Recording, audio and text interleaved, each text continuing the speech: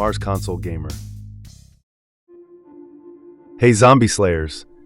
There is a huge new update out for Dying Light the Beast, and this is the biggest update yet. This update includes new Game Plus, Legend levels, ray tracing for PC, new finishers, and a huge amount of optimizations and fixes. Here are the patch notes for November 27. New Game Plus.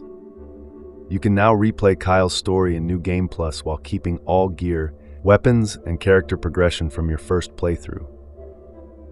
Enemy difficulty is increased, but you'll also encounter higher tier weapons and loot to match the challenge. New Game Plus can be repeated multiple times. Each completed run further raises the game's difficulty level and unlocks access to even stronger and rarer weapons, as well as the toughest enemies in Castor Woods. Legend levels. Legend levels is the classic Dying Light endgame progression system that extends your character beyond the main skill tree. Once you reach level 15, all earned XP is converted into Legend XP. Higher difficulty settings and higher New Game Plus tiers increase XP gains, so the more you challenge yourself, the faster you progress.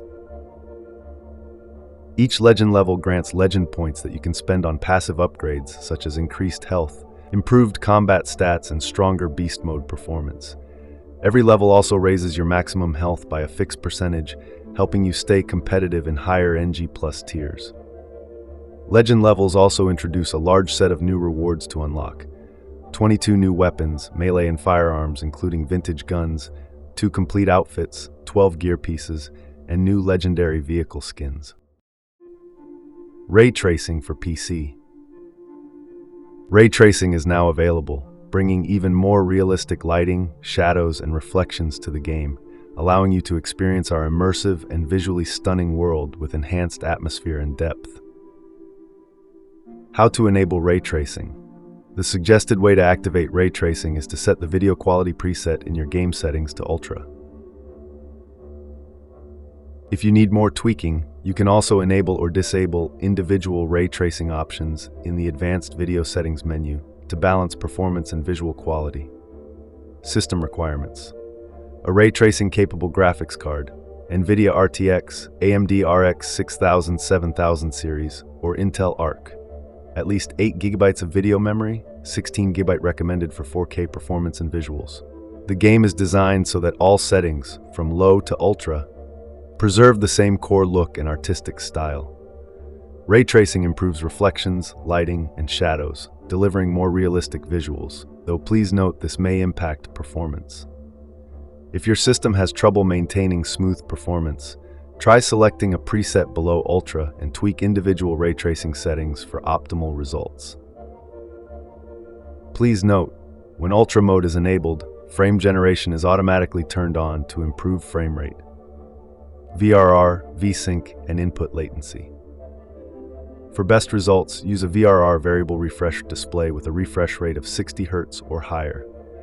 VRR may be labeled as FreeSync, G-Sync, or Adaptive Sync depending on your monitor. If VRR is detected, the game automatically disables VSync to ensure the lowest input latency and smooth frame delivery.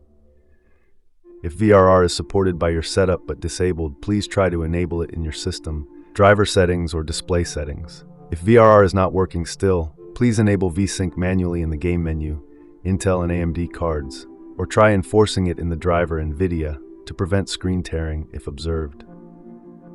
Note: using frame generation may increase input lag, especially if VSync is on. If controls feel delayed, enable VRR and disable VSync. Ensure latency reduction is enabled. If lag persists, disable frame generation or switch to a preset below Ultra. We've added 3 new finishers to give you even more varieties of bloody execution on enemies. 1 for one-handed blunt weapons, 1 for two-handed blunt weapons, 1 for two-handed slasher weapons. Call of the Beast. With Update 1.4 just released, there's never been a better time to jump into Dying Light the Beast. New Game Plus, Legend levels, a double XP event, and an exclusive weapon waiting in your stash should already convince you to dive back in. So don't wait, Team up with the Dying Light community to tackle this week's challenge, focused entirely on executing brutal finishers on enemies. And while you're at it, make sure to try out the new finishers added to the game. Community Challenge added. As always, rewards will be distributed to your in-game stash at the end of the challenge. To track the community's progress and see how close you are to earning them, head to Dying Light Outpost. Additional fixes and improvements. Environmental and navigational fixes. Resolved over 200 parkour and environment navigation issues, including climbing and ledge grab problems, as well as block traversal routes. Adjusted multiple environmental elements, such as monkey bars, beams, and scaffolding, to improve overall parkour flow. Zip lines. Fixed mismatched UI action prompts for a more consistent gameplay experience, and addressed double jump behavior that could cause unfair falls. Vault poles. Added an interaction prompt to clearly indicate they can be used, similar to zip lines or ladders, and fixed double jump behavior that could lead to unintended falling. Fixed a blocker in the High Noon quest that prevented players from progressing due to a specific rock formation asset. Gameplay.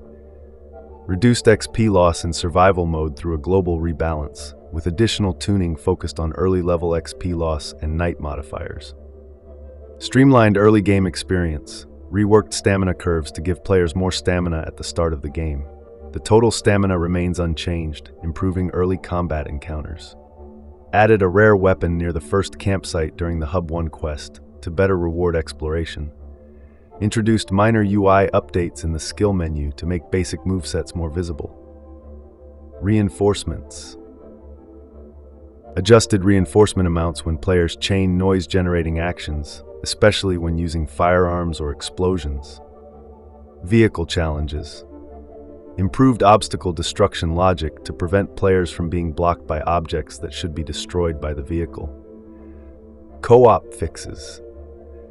Resolved an issue where the host could get stuck on a black screen if another player canceled and immediately restarted a co-op challenge.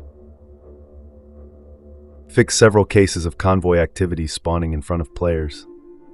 Fixed instances where AI did not exit the surrender animation. Fixed an issue where the Banshee could float in the air when the biters she was standing on were killed. Performance and stability. Improved overall game stability by addressing frame rate drops, crashes, and asserts across multiple systems, with over 35 issues resolved. Graphical improvements. Addressed over 70 visual issues, including incorrect textures, floating assets, clipping models, and misaligned architecture. Improved lighting and shadow rendering across multiple environments, including fixes for improperly lit interiors and exteriors, as well as various graphical artifacts. UI and audio. Fixed a pop-up screen appearing on game launch when Epic and Steam accounts were connected. Resolved discrepancies between VO and subtitles across multiple languages, with over 12 localization issues fixed. Improved quest marker functionality by addressing multiple incorrect or missing markers. Corrected instances of debug strings appearing during gameplay and fixed several UI display errors across menu sections. Audio. Resolved over 20 issues involving missing or incorrect sound effects, including weapon collision SFX and ambient audio during various missions. Fixed several co-op audio problems, such as missing VO lines and dialogue synchronization issues. That's it for this huge update. Have fun playing Dying Light the Beast. Thank you for watching the video. Stay tuned for more updates on games, gameplay of new and older releases, console hardware, and various art.